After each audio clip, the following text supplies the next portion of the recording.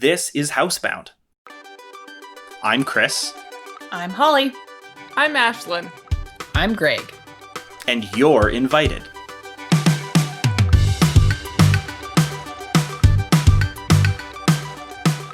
Welcome to Housebound, a podcast we made because we needed company. In it, we talk about things that are on our minds, and today we're talking about weddings. So this podcast is made up of two couples.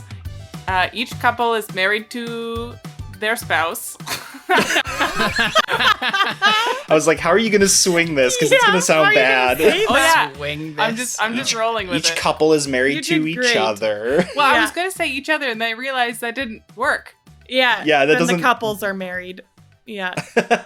It was the same thing. Funny. Greg did his first wedding ceremony recently, and I kept saying that Greg was marrying this couple, Yeah. which just doesn't sound right. It sounds like No, but it's what people say. It's accurate, but it's better just to say he was officiating their wedding. Yeah, that's what I should have gone But that's so for. much longer. Yes. So much more time. So this podcast is made up of two couples who are married. Nice. And so I think we have a little bit of experience here. So I think what we're going to talk about in this podcast is about our weddings and maybe some advice for prospective brides and grooms out there. So let's just start off with an easy question. What was your favorite part about your wedding, or something that you were really proud of? I have two favorite parts. One is like serious, and one is significantly less serious. So I feel like they end up in like favorites, but of different things, like different aspects. But my favorite part about our wedding that was serious was that during the ceremony we washed each other's feet, just to symbolize that we were going to be serving each other throughout this marriage, and that's something that Jesus did for his disciples, and to humble ourselves before our relationship and before God in order to do that for each other. That's really cool. Then, yeah, I thought so. Clearly, because it's my favorite. That's really humble. Yeah, I thought so. I am humble. For sure I am. And then my favorite non-serious thing was our decor and decorations, which we spent an entire year prepping and making. And Holy moly. Yeah, the theme for our decor was all of the movies and TV shows that we like. And so each table had a different series or movie or whatever theme. And yikes. They were all epic. I loved them all. That's so much work. It was, yes. It was too much work, but it was really cool.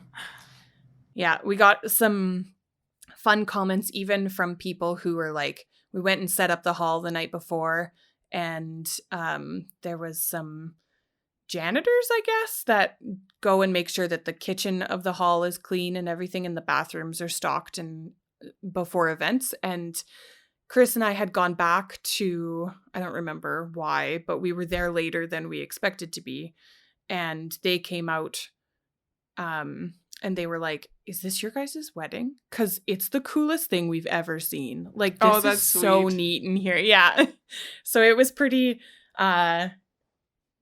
gratifying to hear that, because I especially had like crafted a lot of the things, and I was worried about some of the tables that they looked too like, this was made out of cardboard. Good try, Holly. Like, but yeah, we got lots of good feedback on that, so that was pretty fun. Okay, well, it makes sense for me to piggyback off of that then. Part of one of my favorite things was, again, with the reception, we did our guest gifts, or whatever you call those things. I can't remember. It was 5 years ago.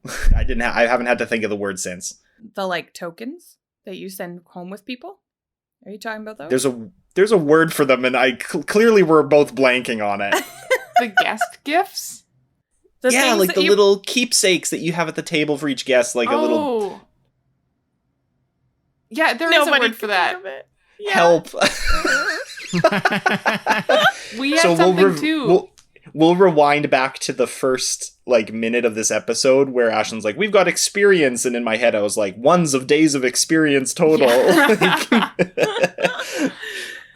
Anyways, those things that you Wedding give out, favors. those little Is it? favors. Yeah. Exactly. Yeah, okay. Yeah. Good so, call. Favors. Thank you. The favors that we did were these the small glass Coke bottles, and because we both enjoy Coke, and so we originally, my thought was to contact Coke and see if we could get a bunch of those ones that were printed with people's names on them, because they were doing that for a few summers anyways. They were putting people's names on the cans and on the bottles that you could buy in Walmart and Superstore or wherever. But then I realized probably that's going to be too expensive and I would have to buy too many of them in order to do that.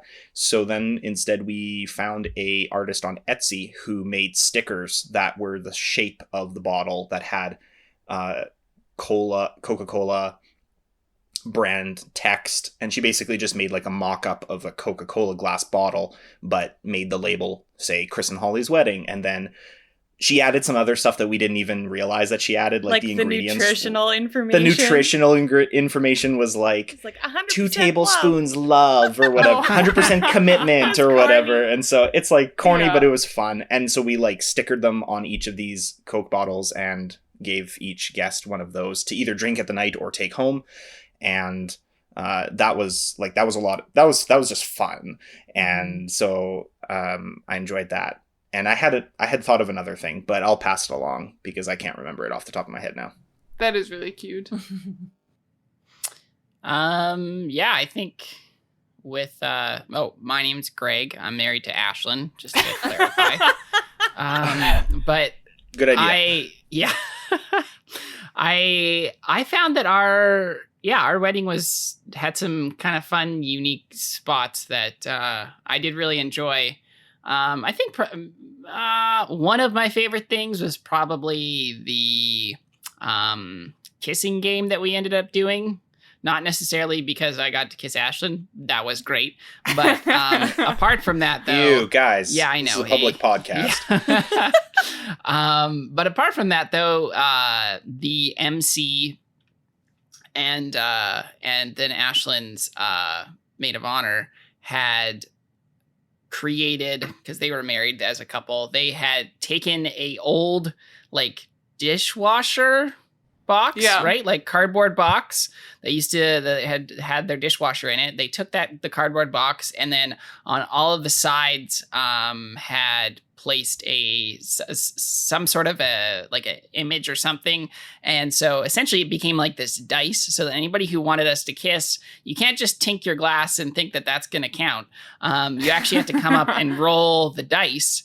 And that would result in a few different things potentially happening. So one of them was, okay, if you want the couple to kiss, then you're going to have to sing a song.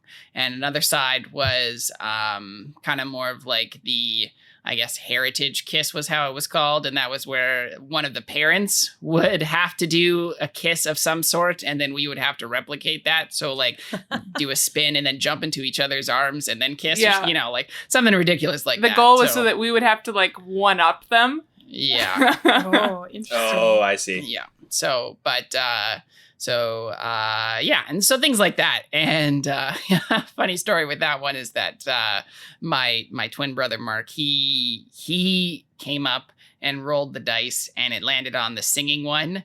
And so immediately he kind of looked a bit crestfallen at that point, because I don't think he was particularly wanting to sing in front of a large group of people, and hadn't really anticipated that, and factored the odds of that one coming up was 1 in 6 chance. And so, but my dad and my uncle were quick on their feet. They got up there and they sang "You Are My Sunshine" with Mark as kind of like a trio, in 3-part harmony too. It was wow. Nice. Yeah, it sounded really good by the end of it. So it was just, but it just started with Mark just looking super crestfallen, no. Yeah. But I can't do this. It was definitely a risk to roll that die, because one of them was that you had to sing a song in order for us to kiss in front of everybody into the mic. And then the other one was that you had to kiss somebody else Oh. in the audience. There was a lot of See, kids that's a who were rolling the freebie. die. That's great. Yeah. There was a lot of kids that were rolling the die, and so there was lots of kisses to mom. Yeah. Right. Cheap. Cop out. That is dangerous, though. Yep. Nice. But Yeah. that was fun.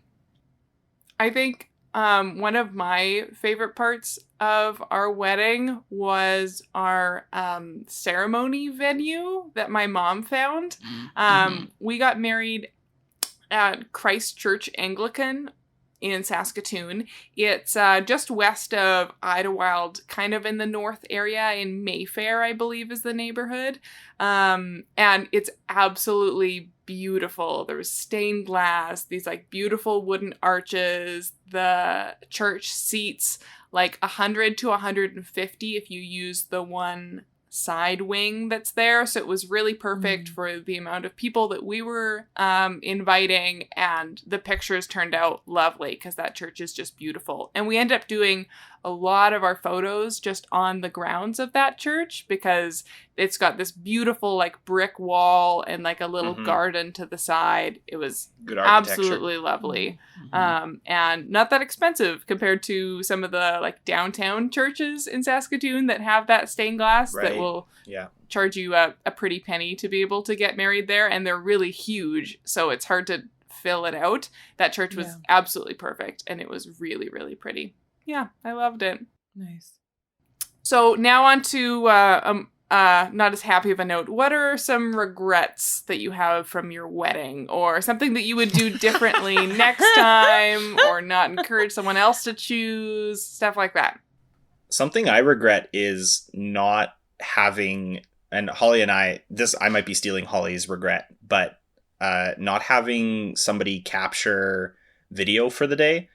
And that is connected to another regret that I have, which is having too many people there for the reception and not being able to actually have an interaction with each of them, or at least something meaningful. Yeah. Everybody realizes on your wedding day that you're busy as the bride and groom, and so they say hi to you, or you stop by a table and you say hi for a couple of minutes and then you move on. But then at the end of the day, like, this is 5 years later now, and I can only remember a handful of interactions that I had on that day, which I really wish I had remembered more. And not that a video would have covered that, but a video would have been part of that. Oh, right, this happened, and these are some things that happened, and I could actually visualize how everybody else kind of saw it, as opposed to just having my perspective on it, which was constantly scanning to make sure everything was going okay, and making sure people were having fun, and because I wanted to have fun, so why shouldn't other people want to have fun too? So I think those two are kind of connected for me.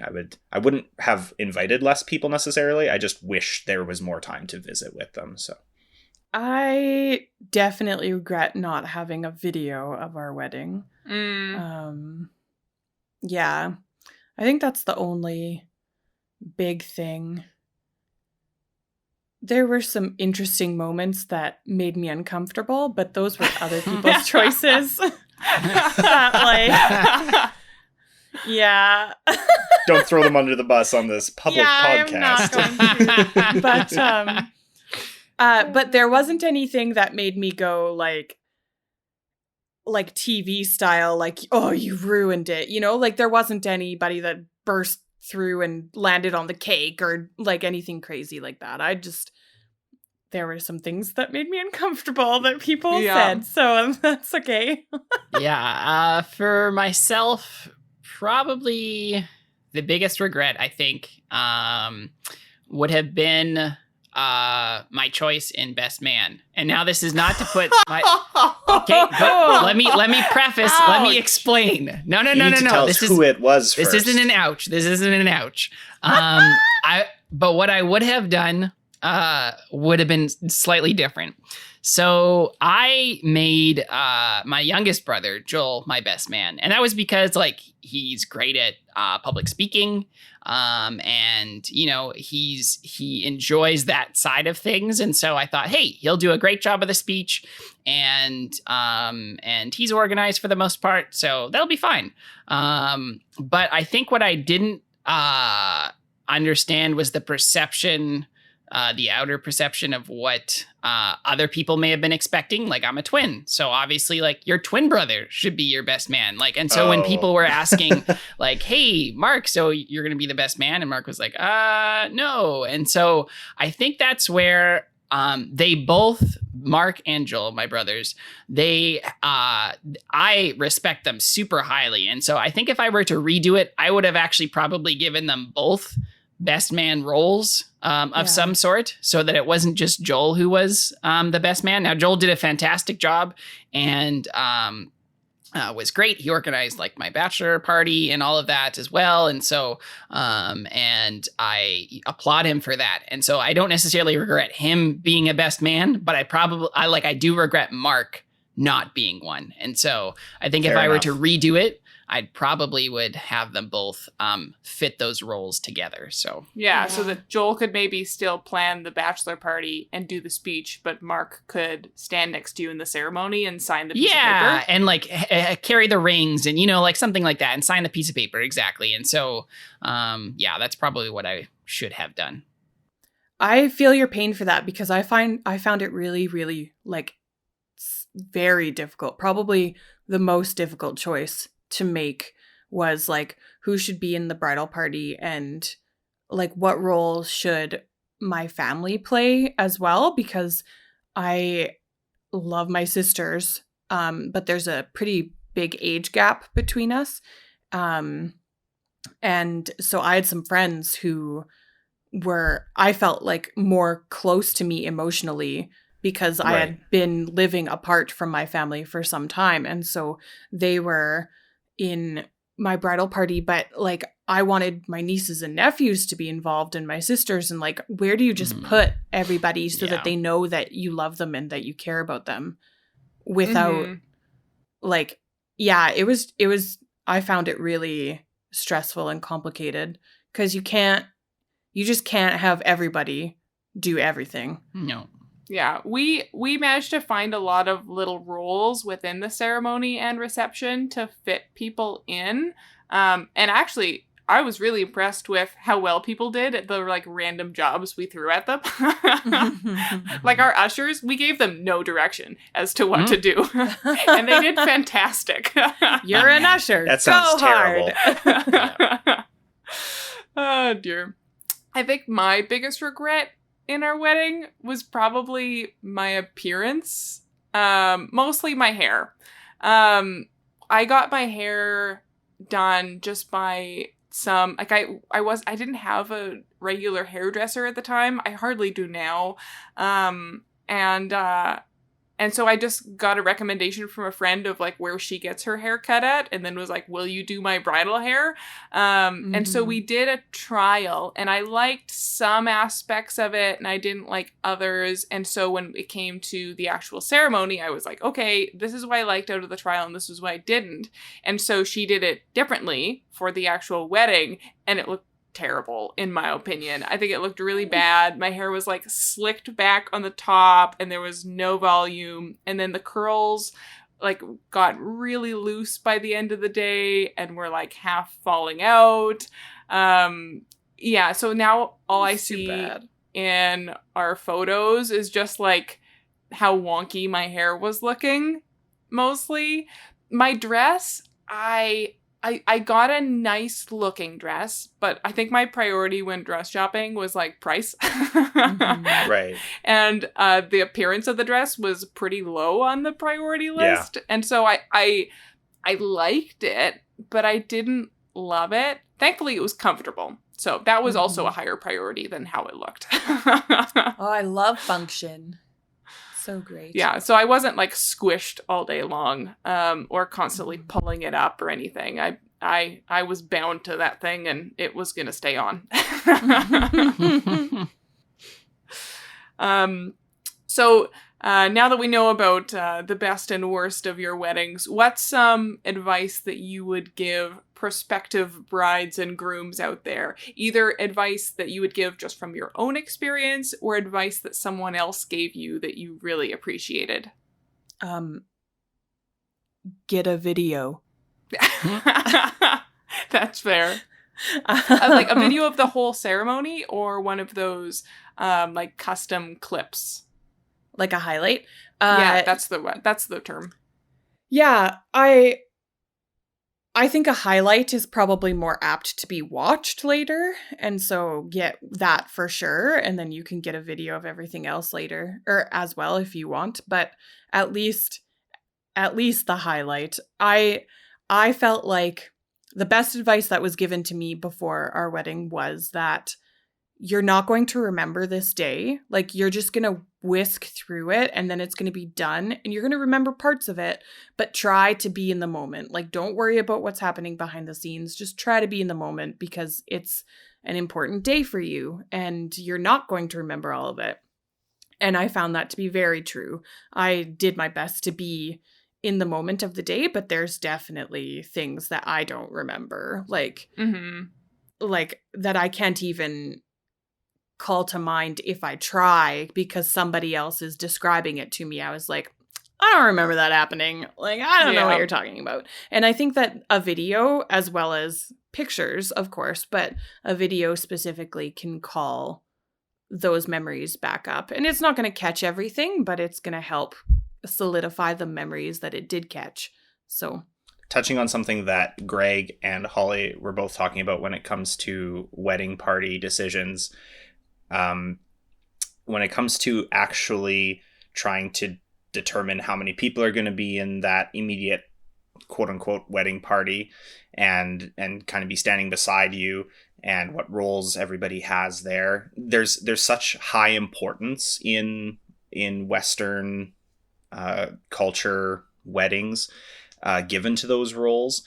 And I think it's important to realize that you can't, like, you're not going to be able to please everybody with where you place them in relation to that wedding day and the roles that you give them. But at the same time, if you're making the decisions based on how other people, you think how they're going to be feeling about it, if people are going to have hurt feelings because they didn't get to be the best man or the maid of honor, or they had to stand fourth down in the lineup rather than second, I don't know, ask yourself why.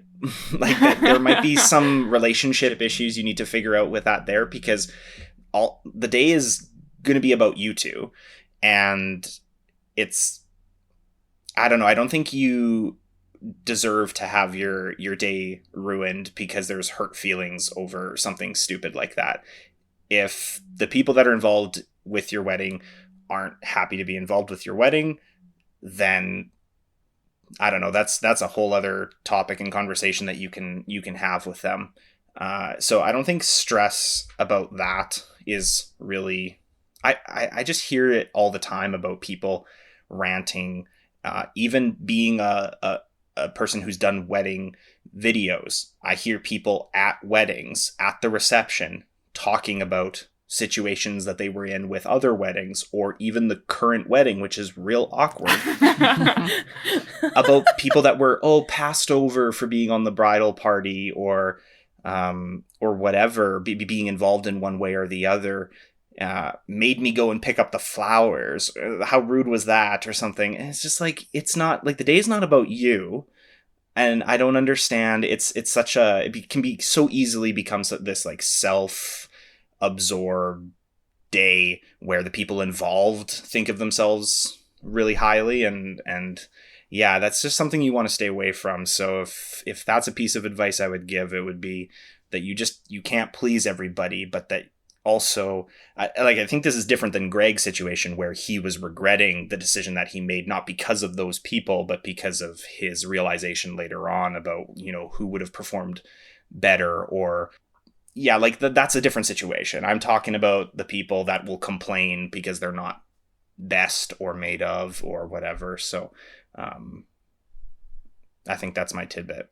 Yeah, with our wedding, probably one thing that I found to be super valuable is, maybe the piece of advice would be surround yourself with people who do care about you and love you and aren't going to be make the day about them. Yeah. But because I think like with our wedding, I think by the end of it, I didn't hear any kind of those types of conversations, but I was constantly just impressed with how many people like contributed. And it was just a day, I think, of celebrating those who were within our lives, who really did value and support us and just their efforts. Cause I know especially like Ashlyn's parents poured like a bunch of time into like decorations and just making it so that where our reception was being held looked as majestic as where our ceremony was, like just in terms of they really transformed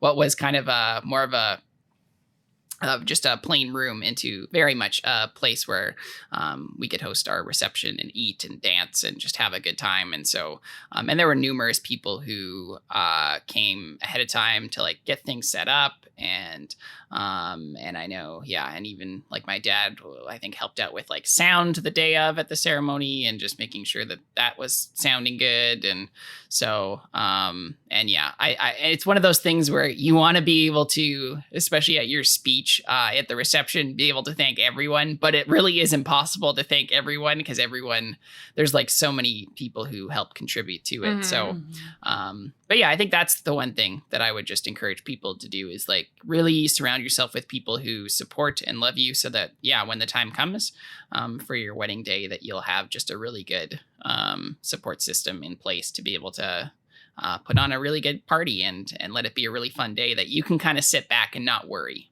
So, yeah, I would say I have two pieces of advice, one that I feel like is more meaningful and one that isn't.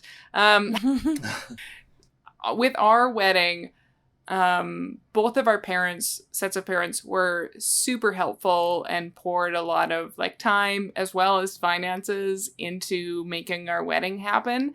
And so something that we did was we, in our wedding planning, really tried to like respect that and make it not only our wedding, but also their wedding in a way. So like there was lots of our parents' friends that were there at our wedding. People that I'm not necessarily terribly attached to. But this, like our wedding was a huge event for our parents' lives because their kids getting married. And so we wanted them to be able to celebrate that with their friends. So that was definitely... I never thought about it that way. Yeah, and so it was a meaningful event to them, and they were largely putting on this event, quite frankly. And so we had a lot of my parents' Well, we friends. weren't aggressively opposite, though. You're right. We were just, like, with the attitude of, well, but it's our day. Like, you can get together with your friends whenever, but... Yeah, I think which isn't, like, a terrible attitude, but... I wouldn't necessarily encourage that for everyone, but for us, it was a choice that we made that I'm happy that we made, and I feel like it made the event better as well, and our parents could have lots of fun, and their friends could be there and celebrate with them, and so that's a choice that we made that I'm really happy about. And then a piece of advice that I would give that's not quite so serious is if you want fresh flowers, get them from Costco. Yes. So much cheaper than everywhere else. What we did for flowers is I wanted fresh flowers desperately. I wanted like fresh flowers in the boutonnieres. I wanted fresh flowers for our bouquets. I wanted fresh flowers on all the tables and as decorations. Like, and those are super costly to get that many bouquets. And so we ended up getting all of our flowers from Costco. And then like a few weeks before the wedding, one of my mom's good friends was a professional florist, and she volunteered to kind of give us a brief tutorial on like how to make arrangements and how to make bouquets. And so then when we picked them up, we had all of her tips and tricks to be able to make these bouquets ourselves. That's awesome. So yeah, it was really fun, and it was nice to be able to have a lot of fresh flowers. If you as a again, opposite of that piece of advice, if you don't want fresh flowers, you can do what we did and make them out of paper. So nice. all of our flowers were made out of paper. I just went and grabbed a thing of craft paper from Michael's and distributed it to my cousins and friends and whoever was interested in helping with that, and was like, do whatever origami flowers you want. These are your colors. Go hard. And then, yeah, we just made bouquets out of those fake flowers. Yeah, I think something I would tag onto my advice, not because it's related, but because it's important based on everything that Holly and Ashlynn, you've just said, is don't underestimate the amount of time that it'll take you to not only plan the wedding. Some people can plan it really quickly, so that might not be an issue for you, but actually execute those plans. So for Holly and I, we had this great idea for the decorations at the tables, but it wasn't that it took us a whole year to do the decorations. It's that we spent the entire year that we were engaged doing the decorations. So if we had only been engaged for maybe half a year, would we have tried to do something less ambitious? Maybe, maybe not. We would have had to do something less ambitious. Yeah, we definitely filled all of that time doing the decorations because it became a very big task, as well as the flowers on top of that, right? And so if you're just planning a wedding, you're thinking it's going to be a cheap wedding, it's going to be small, you still have to factor in the time that it takes and like the traveling that you need to do to go pick up those flowers, or to get the craft supplies to do whatever, or to order the labels for the party favor bottles, or to whatever. And it seems like common sense, but it's just not something you might think about until it actually happens to you. So 2 cousins that I have, I was a part of their weddings, and one of them, at least, I think, also got flowers from Costco, and she was very happy with her experience there. They really did a good job of giving you nice stuff. So I think I would second your Costco advice. Yeah, their method of ordering the flowers is super awkward because they don't really provide you with very many pictures of even what the flowers look like. You're basically just like, it says like, yellow roses, and it's a yes or a no for those, and how many you want. So it was the ordering process was a little awkward, but if you had planned it out ahead of time and done your work, the payoff is worth it for quality of flowers and amount of savings. So I'm curious, did you guys do a dance? We did do a dance. Yeah. Well, we did our dance in such a fashion that Holly and I had a first dance. And it wasn't terribly serious because it was still with the movie theme. So we did the song from Frozen, which was... it's the one that Anna and... Kristoff? No. Hans. Yeah. Hans. I don't care about the name, but like... It was the one that they do at the beginning of the movie. Yes, that's Love is an Open Door. There we go. That's the song. So we did it to that one, and we just kind of were goofy about it. We didn't pre-plan a dance or anything. We just kind of had fun. And then after that, it was just basically a free-for-all. Did you get your dad to dance with you? So it was really important to me because my family, neither my mom or my dad were comfortable with giving any kind of speech. It was important to me that I got to dance with my dad at least, which, like, both a speech and dancing those are stretches for him. They are not, they are not things that he does. And so, he got up and he danced with me for probably like half a verse of a song. Aww. Whatever it was. And then... one of his pant legs was like accidentally tucked into his cowboy boot that he was wearing for the event, and my niece came up and like untucked it and made it straight, and he was like, okay, I'm done. Like, I think that was just too much attention for him. Aww. He was like, done. We danced. You got it. And I was like, thanks, Daddy. And he got to sit down. So that was still like... That's cute. Yeah, he got up there for me, and that meant a lot. So, yeah. That's really sweet. And then after that, it was a free-for-all. We just had a playlist that went through. We didn't have a DJ or anything. Yeah. We had a dance. Greg's uncle is a professional DJ, and so he volunteered to do a dance for our wedding as his wedding gift, which was really generous. And my goal, I really wanted to dance, and my goal was to have a dance for at least 2 hours. But like I mentioned previously, there was a lot of my parents' friends invited to our wedding, and they're all Mennonite. There was also a lot of family there. So I knew that my 2-hour goal was a bit of a stretch to get everybody dancing for 2 hours. But I told people ahead of time, like when they would RSVP to the wedding, to be like, yeah, we're coming. And I was like, great, you better dance. We should have done that. I was disappointed with the amount of dancing that happened. It was practically threatening. But I did remind people that this was a If you're requirement. coming, you have to dance.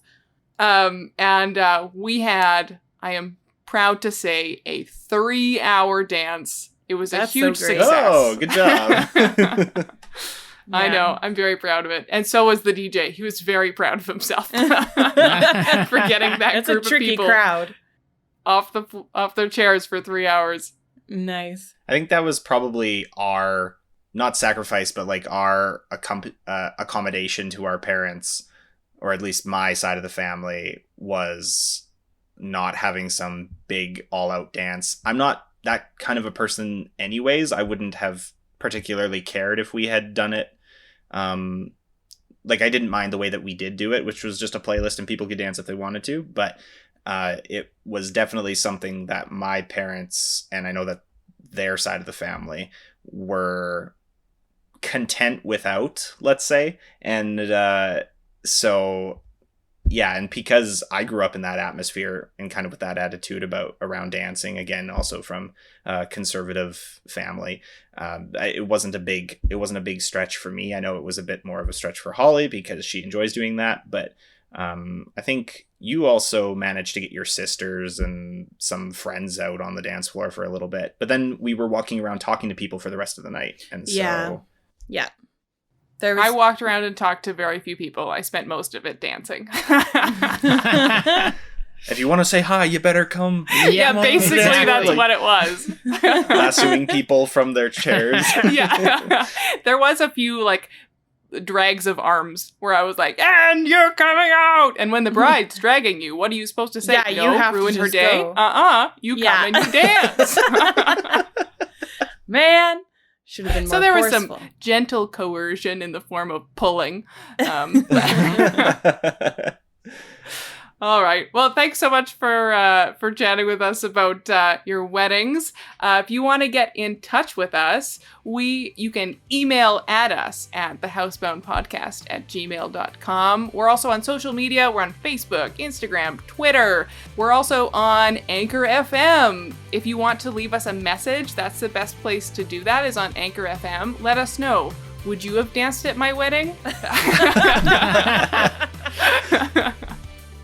So yeah, thanks for chatting, and we'll talk to you guys next episode.